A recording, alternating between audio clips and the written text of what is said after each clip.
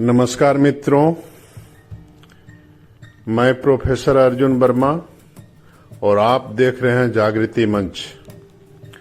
आज हम एक ऐसे पवित्र पर्व के बारे में बात करेंगे जिसे न केवल भारत बल्कि पूरी दुनिया में खास मान्यता प्राप्त है। मकर संक्रांति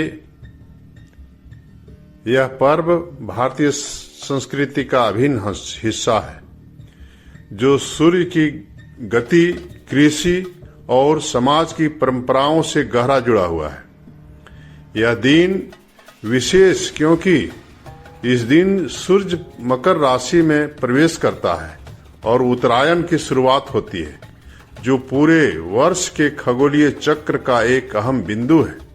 आइए हम जानते हैं मकर संक्रांति के महत्व को, इसकी धार्मिक और वैज्ञानिक पृष्ठभूमि को और विभिन्न क्षेत्रों में इसे मनाने के तरीकों को। मकर संक्रांति का गहरा संबंध हमारे वैदिक ग्रंथों से है। वैदिक काल में सूर्य देव को सबसे महत्वपूर्ण देवता माना जाता था। सूर्य के बिना जीवन की कल्पना भी नहीं की जा सकती। सूर्य को सर्वभूतानां जीवनम यानी सभी जीवों के जीवन का आधार माना गया है। मकर संक्रांति का दिन सूर्य के मकर राशि में प्रवेश करने के कारण खास महत्व रखता है। वैदिक काल में सूर्य को शक्ति, ऊर्जा और जीवन का प्रतीक माना जाता था। ऋग्वेद, जो दुनिया का सबसे प्राचीन ग्रंथों में से एक है, उसमें सूर्य देव की महिमा का उल्लेख है। इस दिन सूर्य उत्तरायण की ओर बढ़ता है, जो जीवन में सकारात्मक बदलाव का संकेत है। सूर्य की इस यात्रा को धार्मिक और खगोलीय दृष्टिकोण से शुभ माना जाता है। मकर संक्रांति के दिन धार्मिक दृष्टि से कई महत्वपूर्ण घटनाएं घटित मानी जाती है। पुराणों के अनुसार इस दिन भगवान विष्णु ने असुरों का वध कर उन्हें पाताल लोक भेज दिया। यही कारण है कि इसे बुराई पर अच्छाई की विजय के रूप में मनाया जाता है। महाभारत में भीष्म पितामह ने अपनी मृत्यु के लिए उत्तरायण का समय चुना था, क्योंकि इसे मृत्यु के बाद मोक्ष का समय माना जाता है। इस दिन जो व्यक्ति निर्धन पाता है उसे मोक्ष की प्राप्ति होती है। गंगा जी का पृथ्वी पर आगमन भी मकर संक्रांति के दिन ही हुआ था। मान्यता है कि गंगा स्नान करने से पापों का नाश होता है और पुण्य की प्राप्ति होती है। इस दिन तिल, गुड़ का दान और सूर्य देव की पूजा अत्यधिक फलदायी मानी जाती है। मित्रों, अब हम संक्रांति के वैज्ञानिक पक्ष की बात करते हैं। यह केवल एक धार्मिक पर्व नहीं है, बल्कि खगोल विज्ञान और प्राकृतिक बदलाव का प्रतीक भी है। मकर संक्रांति वह दिन है जब सूर्य मकर राशि में प्रवेश करता है और उत्तरायण की शुरुआत होती है। इस समय पृथ्वी का झुकाव और सूर्य की किरणों का मार्ग बदलता है, जिससे मौसम में बदलाव आता है। इसके परिणाम स्वरूप दिन बड़े और रातें छोटी होने लगती है। यह चक्र पृथ्वी के उत्तरी गोलार्ध के लिए महत्वपूर्ण है, क्योंकि इस दौरान सूरज की किरणें अधिक सीधी पड़ती है, जिससे अधिक ऊर्जा और प्रकाश मिलता है। वैज्ञानिक दृष्टिकोण से मकर संक्रांति का यह बदलाव शरीर और पर्यावरण दोनों के लिए फायदेमंद होता है। तिल और गुड़ का सेवन सर्दी में शरीर को गर्म रखने और प्रतिरोधक क्षमता को बढ़ाने में सहायक होता है। यह मौसम परिवर्तन का संकेत भी है और किसानों के लिए यह फसल कटाई का समय होता है।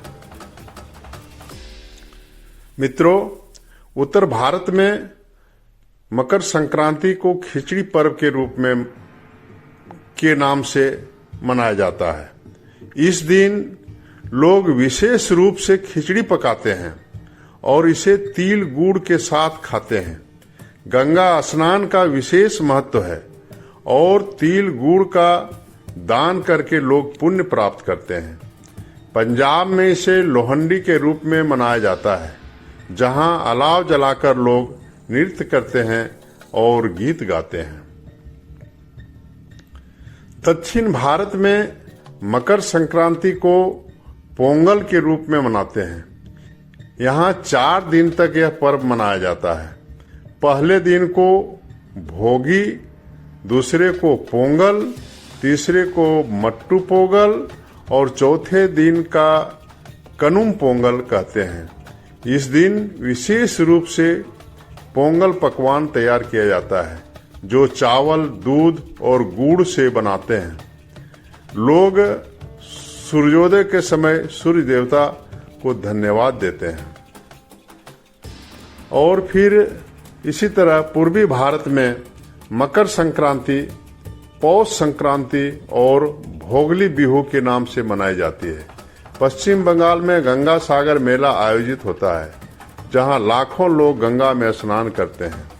असम में इसे फसल उत्सव के रूप में मनाते हैं, जहां लोग संगीत, नृत्य और विभिन्न पारंपरिक गतिविधियों का आयोजन करते हैं। पश्चिम भारत में मकर संक्रांति को उत्तरायण के नाम से जाना जाता है। गुजरात में इस दिन पतंगबाजी का आयोजन बड़े धूमधाम से किया जाता है। लोग सुबह सुबह अपनी पतंगें आसमान में उड़ाते हैं।